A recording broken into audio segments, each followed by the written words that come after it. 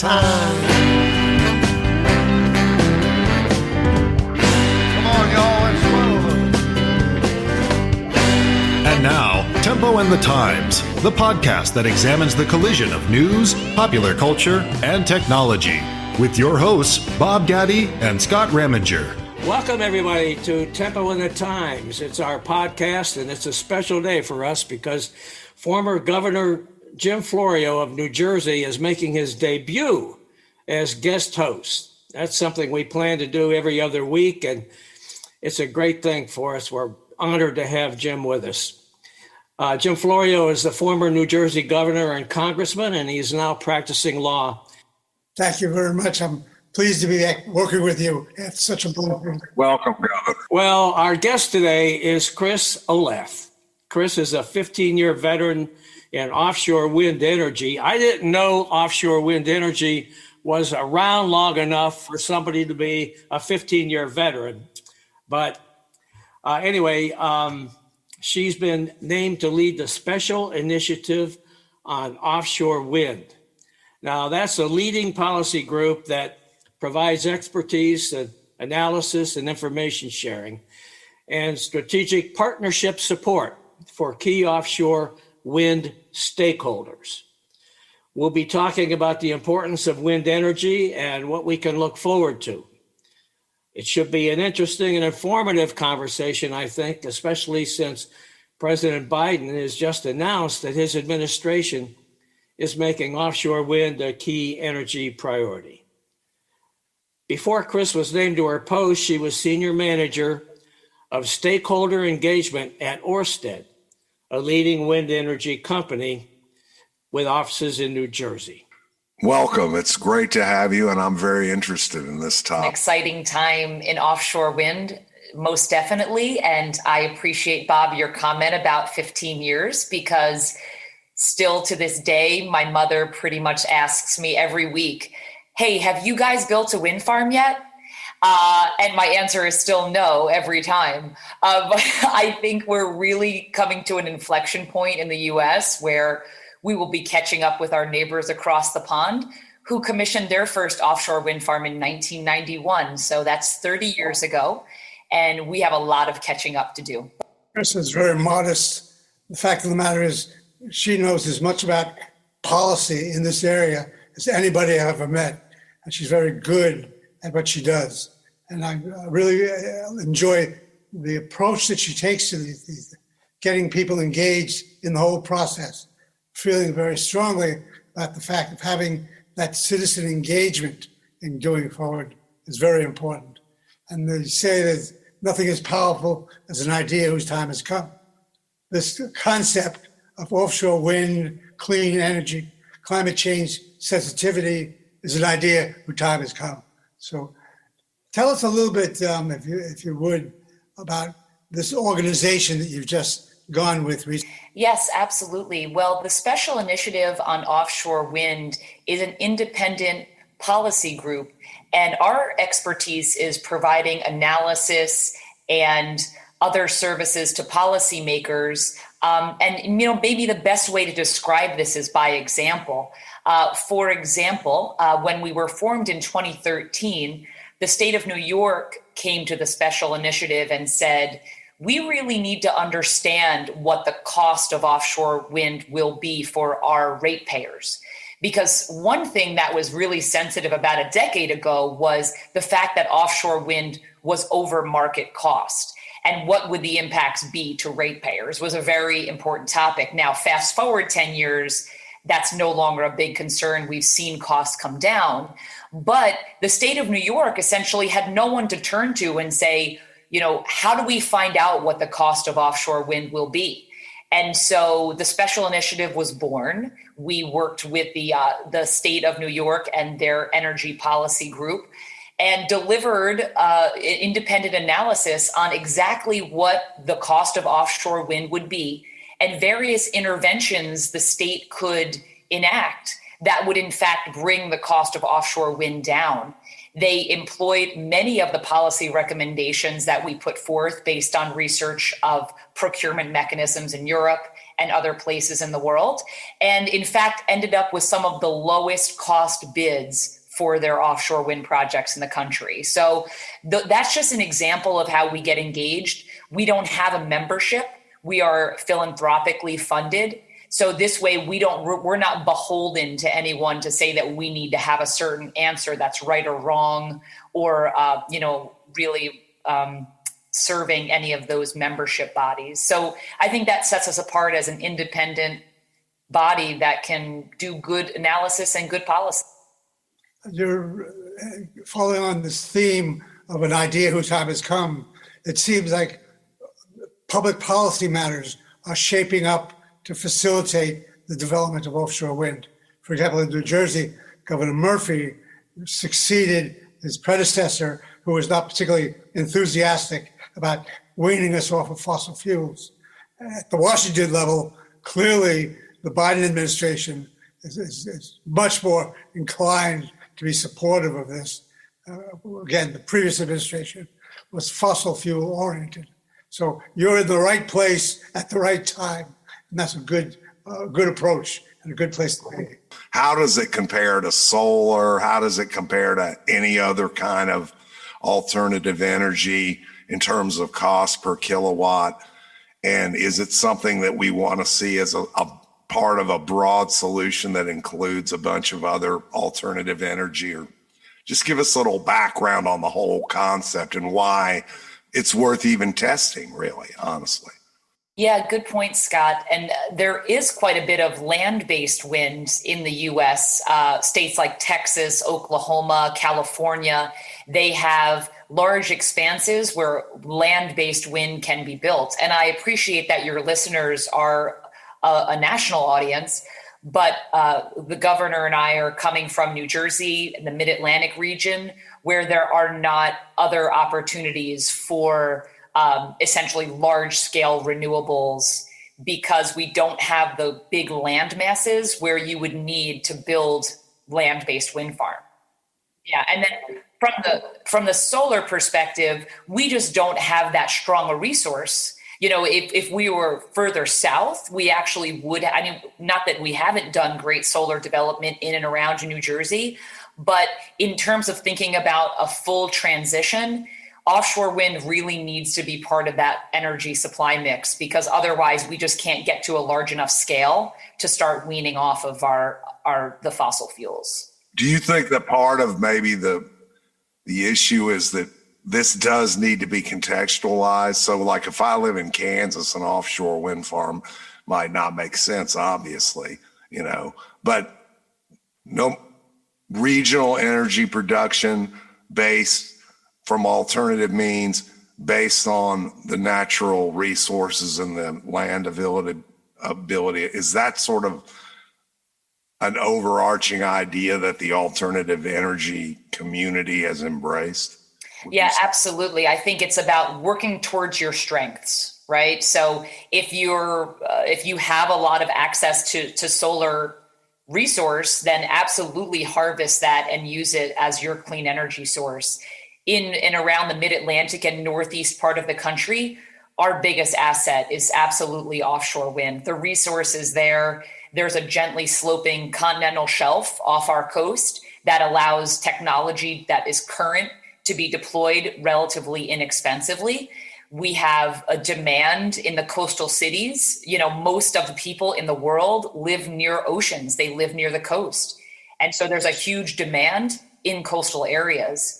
But what's interesting, if you look at the California dynamic, they're actually having a harder time convincing the population to go to offshore wind because they have so many other options. They can build land-based wind, they can build solar. And so it's hard to make the argument for as much for offshore wind. And I think that is going to be a challenge for policymakers there in California. But in terms of the Mideast and North Atlantic,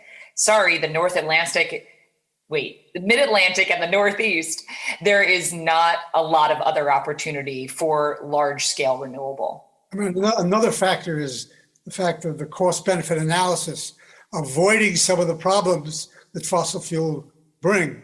So to the degree that this is a cost-benefit analysis, and we know the costs, but now we factor in the benefits and avoiding costs. Exactly. And I think, too, piling onto that is the larger economic development opportunity that exists. Because, I mean, frankly, this is a once in a generation opportunity for our port communities to have a new start. There's nothing else on the radar that is as encouraging as this new industry for the U.S. and especially for port cities who need it so badly. And as was stated, I mean, it's important to appreciate the fact that we're just getting started with this. As Kris mentioned before, the Europeans have been doing this for 30 years. They've made a lot of mistakes over the years. We're going to benefit from avoiding those mistakes. Hundreds of thousands of jobs are capable of being created here. They're manufacturing in Europe. The European manufacturers are now doing the analysis to come in and say, why should we manufacture in Europe, ship across the oceans to this new major market? Let's think about going to America and New Jersey. They're already doing that. There's a German company, EEW, that is a manufacturing company that manufactures the platforms, the foundations. They're going to be manufacturing in Paulsboro, New Jersey. That's going to be a big plus.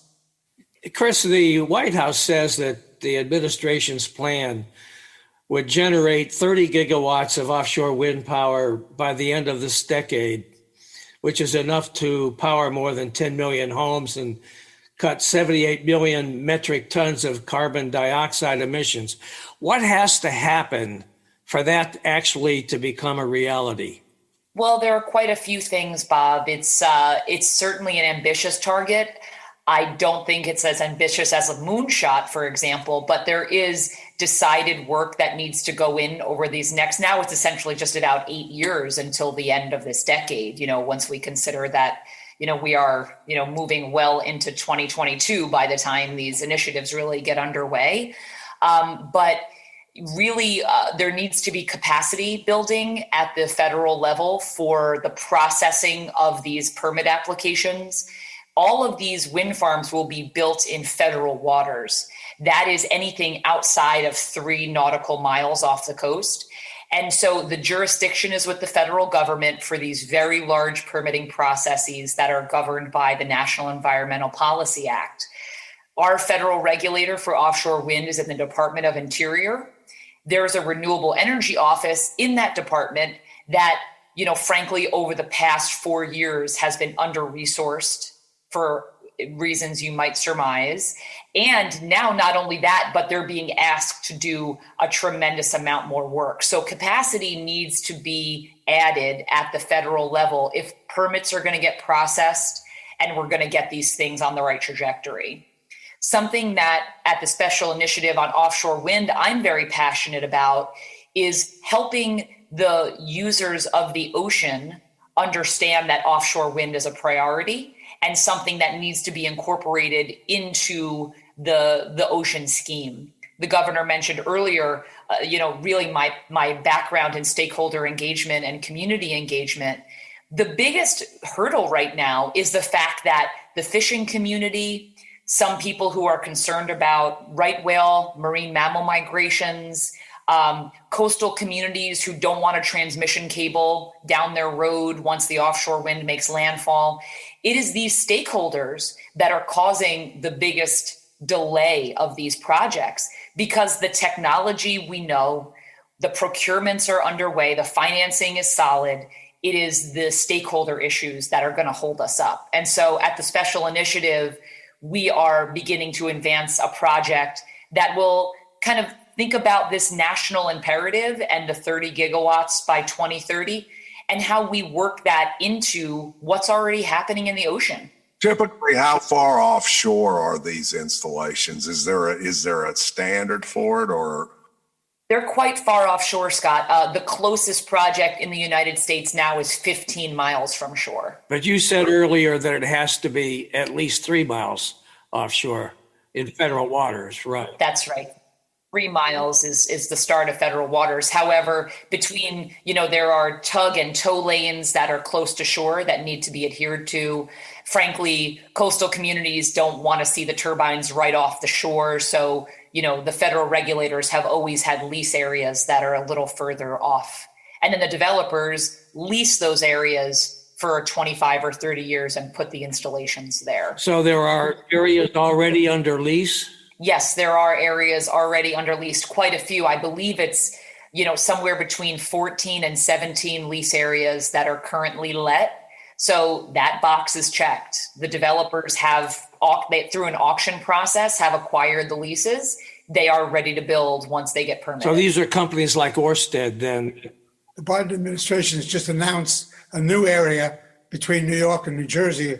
That's going to be an area for potential lease down the road. Exactly. And that's an area that New York identified back in 2018 as the area that they said this is called the New York Bight, BIGHT, which is an oceanographic term that essentially identifies a swath of ocean area.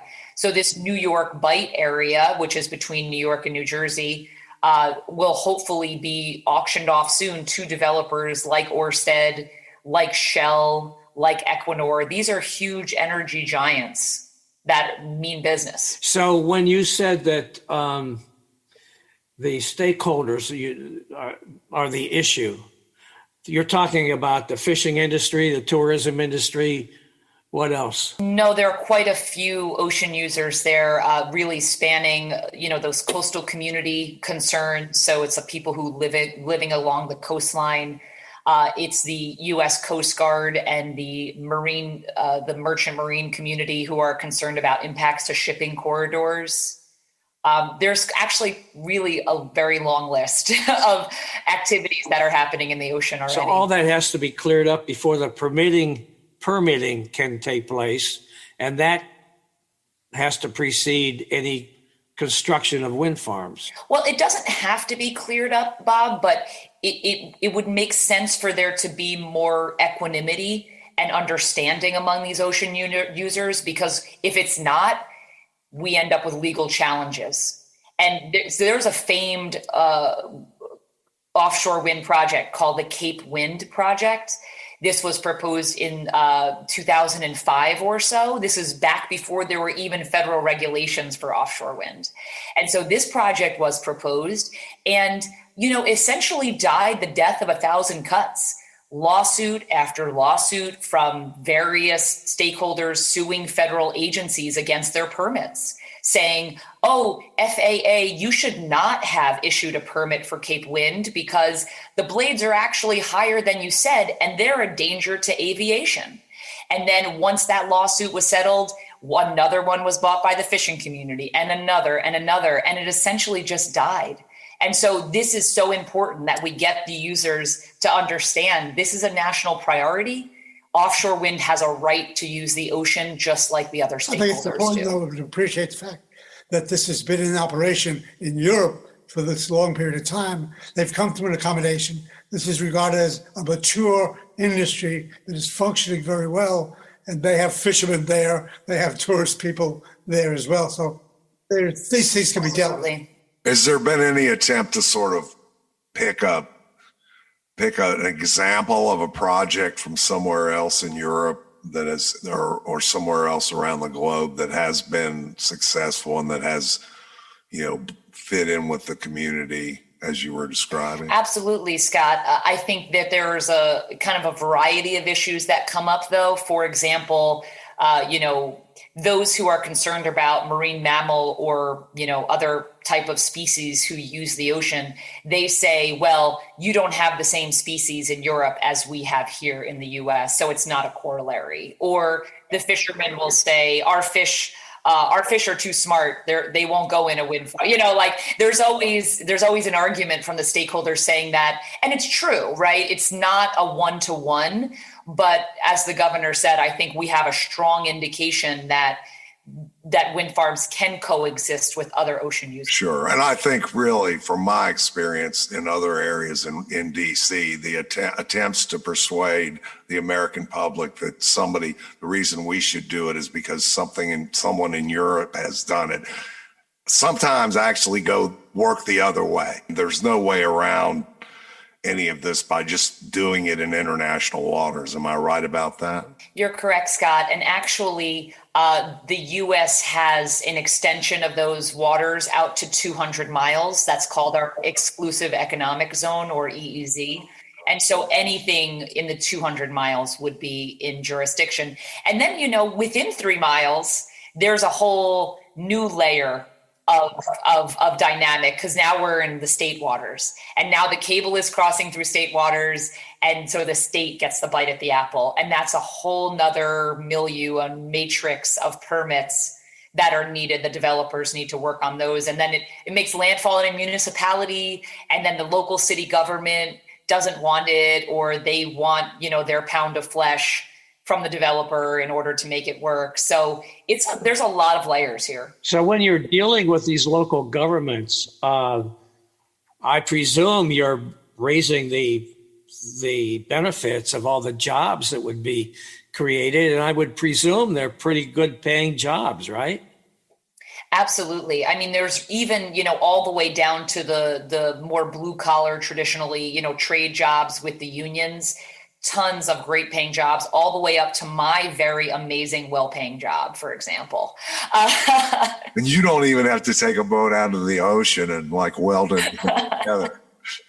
Exactly. But really, in all seriousness, it's the whole spectrum of project management, government affairs, communications, kind of in the more office side, all the way down to union workers, dock workers, and the governor will tell you that the unions are incredibly supportive in New Jersey of these offshore wind projects, which is really well.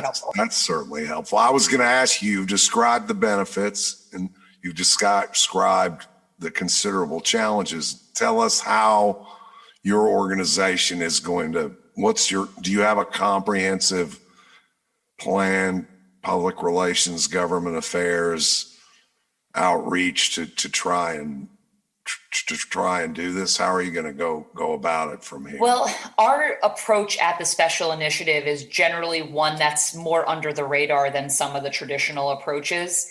The industry does have organizations like Americans for Clean Power, who are the trade organization for the industry. They've been focusing, and some of the other groups, on the broader public messaging and public communications.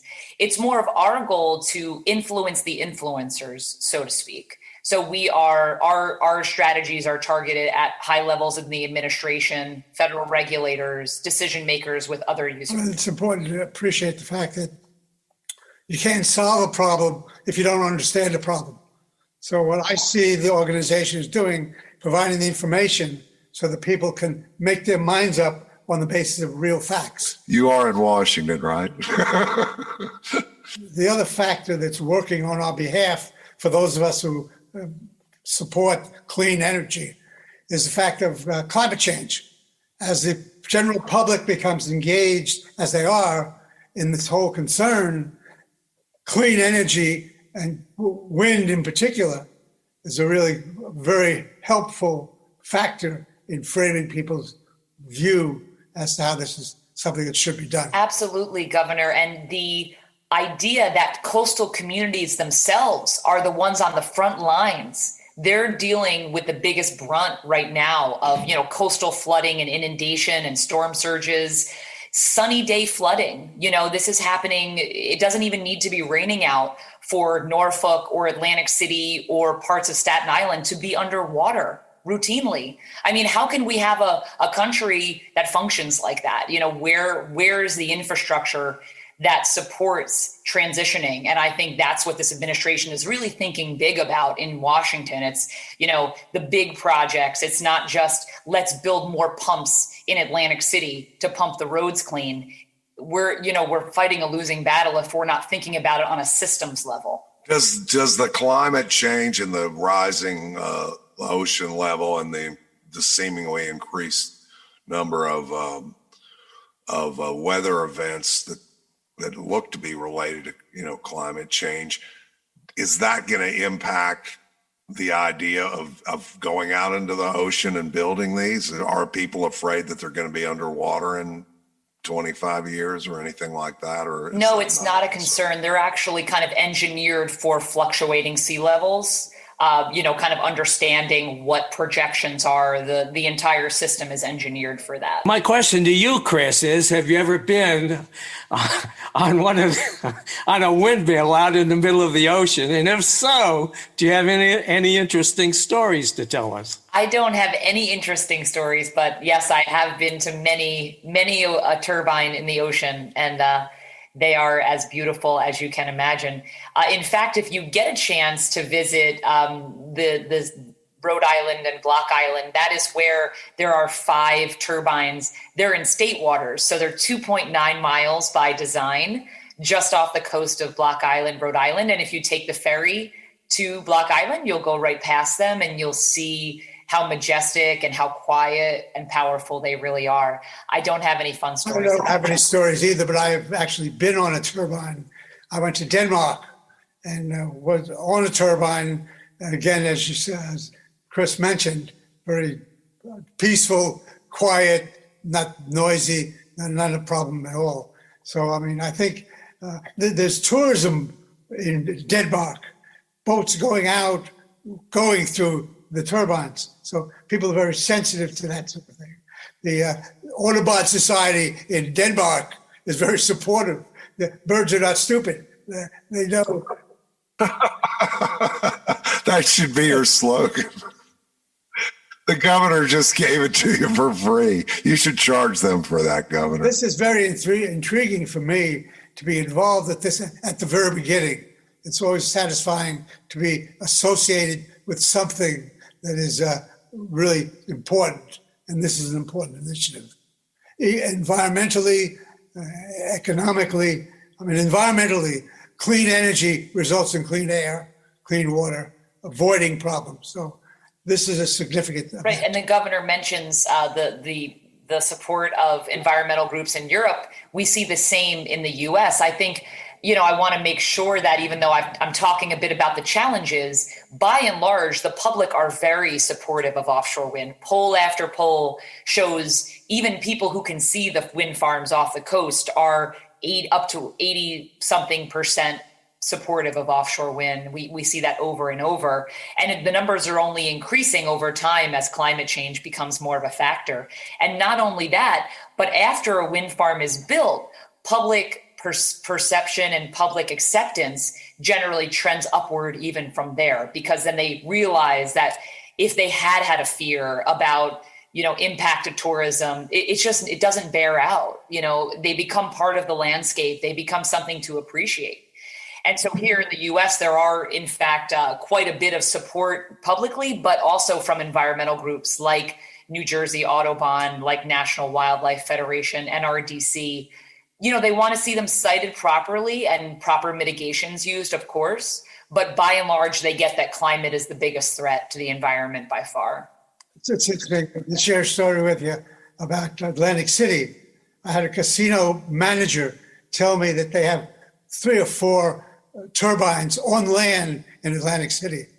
Manager of one of the casinos told me he has actually people asking for rooms with a vision of the turbines because they regard them as hypnotic. It's all about your taste. And what's the life expectancy and once it's put up? I imagine. I was thinking to myself, it's got to cost more to build one of these in the middle of the ocean than it would on land. But once it's up, does it need to be staffed? What kind of maintenance needs to be done? And what would be the projected life expectancy of a wind turbine? 20 years, 25 years? Yeah, about 25 to 30 years currently. Really just seeing technology exploding and the turbines getting larger and more efficient. So the turbines themselves kind of become outdated pretty quickly, to the extent where Denmark has now decommissioned their first offshore wind farm. That's how far ahead they are of us. That 1991 wind farm off the coast of Denmark has been decommissioned. And that was 28 years after it was built, and it was still working fine. It just becomes less efficient by comparison to the newer technology. So there's the issue of, decommissioning after a certain amount of time. It's quite an elaborate, necessary operations and maintenance scheme. Operations and maintenance facilities are built on land at the closest proximity to the wind farm so that daily trips can be made by the operations and maintenance team. They need a lot of operations and maintenance because it's, in a very harsh environment. And so to keep them running really well, there are crews in the wind farm every day. Has anybody thought of the idea of taking, say, decommissioned offshore oil rigs? And I don't know what they do when the oil runs out or when they quit using them. But could have converted to a wind turbine, maybe? You could. There are a couple issues around that. One of them primarily being the engineering. I'm far from knowing a lot about engineering, but the different forces at play at very high heights, because, these turbines are hundreds of feet above water, they have a different play on the foundation design. But also where the parts of the world where we see the most oil and gas rigs don't actually have the best wind resource. So they're not really matched in that way. So, Kris, how long do you think before we'll be getting through all of this preliminary stuff that has to happen until we actually see some being constructed? Well, the project that's furthest along is called the Vineyard Wind Project. That's off the coast of Massachusetts, as you might surmise.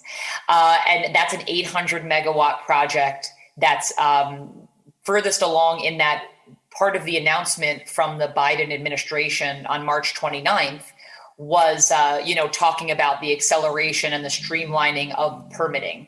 Well, Vineyard Wind is furthest along in that process, and they are getting to the point of that record of decision, which is the term in the NEPA process on the National Environmental Policy Act. That means you kind of come to a close and you have all your permits. So they are coming to that record of decision phase in the next month or so.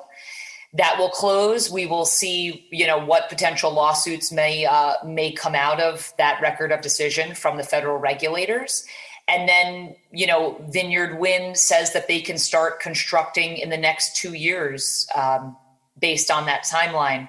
Something really important that happened, and this is probably something maybe the governor can speak more to. It's not necessarily something I know a lot about, but there's something called the investment tax credit at the national level that was reinstated at the end of last year. It's a 30% tax credit that any company that builds a wind farm, I don't remember the year it expires now, but each year it's been extended, will get that 30% tax credit. So companies are very motivated to get these shovel-ready projects going so that they can enjoy the benefits of that. Public Service Electric and Gas is the large utility in New Jersey.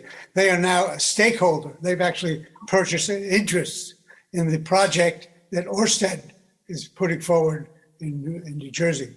And if I recall, one of the things the president just acknowledged is the record of decision, not the record of decision, the notice of intent has just been issued, which authorizes the environmental infrastructure statement to be undertaken. So the New Jersey project is moving relatively rapidly. It is. And as the governor mentioned, PSEG, Public Service, are 25% stakeholder owners of that project. If you look at Virginia, Dominion, who is an energy giant, they are going straight on, and they built 2 test turbines 27 miles off the coast of Virginia. That project was commissioned last year. And now they're going forward with a 2.6 gigawatt project, the largest project in the country. And they don't even need to go through any type of procurement system. They're just going to purchase the power themselves and put it into the grid. So you really see, or Eversource in the Northeast, a joint venture with a 50-50 with Ørsted. You see these utilities, they see the writing on the wall.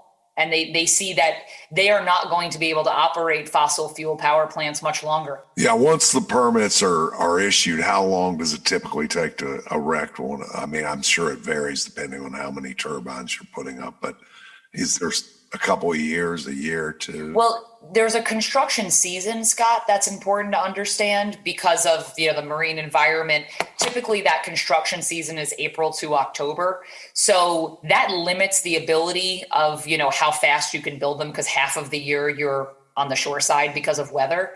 But typically, let's say for the Ocean Wind project in New Jersey, which will be up to 99 turbines, you would spend one season building all of the foundations. So 99 monopile foundations are hammered into the seabed. And the next year you would go through and erect the turbines. The turbines are erected at one per day. So, it's the easiest part. The easiest part is the construction. And I think it is a modern marvel of engineering and construction and technology. But again, these things are well understood. We have over 5,500 turbines spinning around the world in our waters around the globe already. So that is very well understood. It's the stakeholder issues that continue to plague us. Right. I would think also, I know it's not directly transferable, but people have been building platforms in the ocean. There are people who understand the ocean floor. Absolutely. You bring up the oil and gas industry and, repurposing oil rigs. When we bring our ocean brethren up from the Gulf of Mexico, because they're an important part of the supply chain, they had a big hand in building the Block Island wind farm. So we bring them up. And they laugh at 100 feet of water. They say, you're building this 100 feet of water. That's like a puddle to someone in the Gulf of Mexico. So yeah, it's not a problem. Can I ask you also, you mentioned you're a 501c3 organization. You're not a trade association. You're not getting money directly as dues from the industry, but how is your organization funding? You don't have to go down to every nickel, but what percentage of the funding is coming from the government? What percentage is coming from private contributions, et cetera? All of the contributions are currently from private foundations.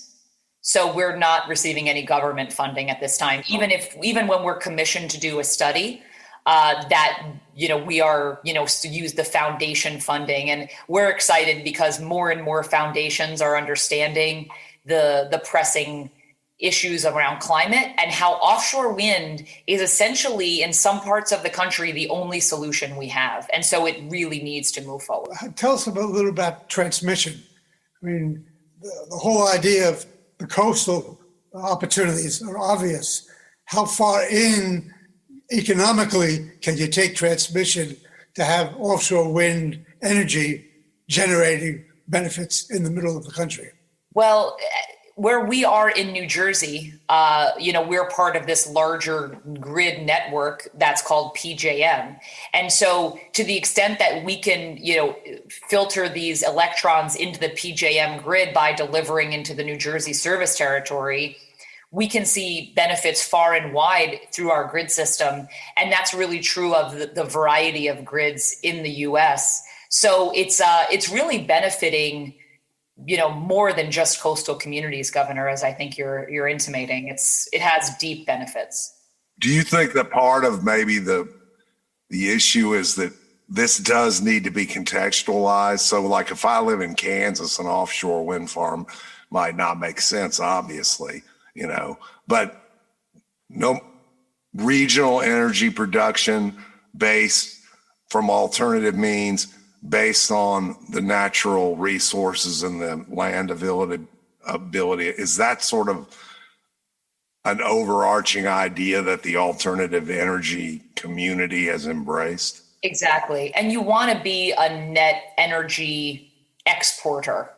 Right? You have much more control over your future when you are exporting your power and not importing, just like with anything. And so New Jersey wants to have its own native power source, just like all these coastal states, so that they're not beholden on, for example, buying dirty power from coal in Ohio, which has less strict standards.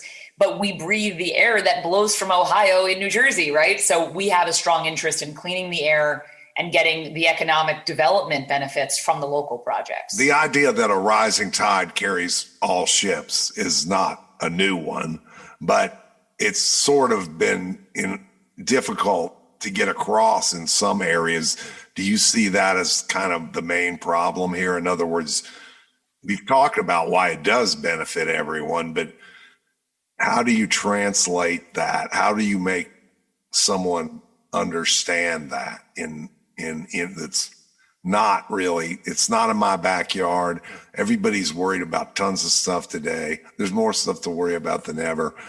How do you think you can get through to these? Well, I think it really comes down to having local community advocates who are actually benefiting from projects so that they can, by example, share the information. So that's something that, Ørsted specifically was really excellent at, which was hiring people in the communities who were trusted individuals, who were essentially gatekeepers of information.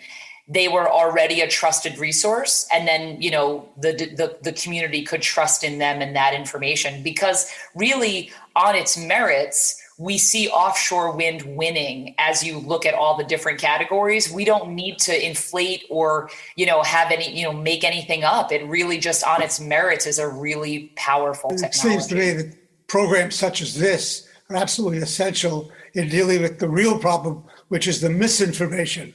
When we have a president of the United States talk about wind causing cancer, that is ludicrous.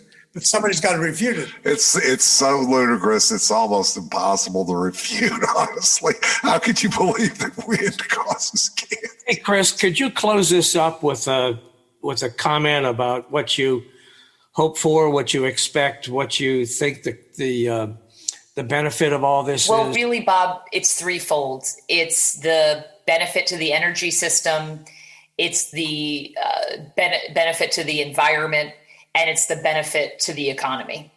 And I think with that kind of triple E alignment that offshore wind has, really there's no way to lose with pursuing offshore wind for the United States. It's a very good summary.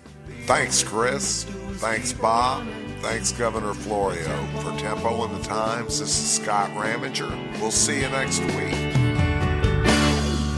And the time. Copyright 2021. All rights reserved.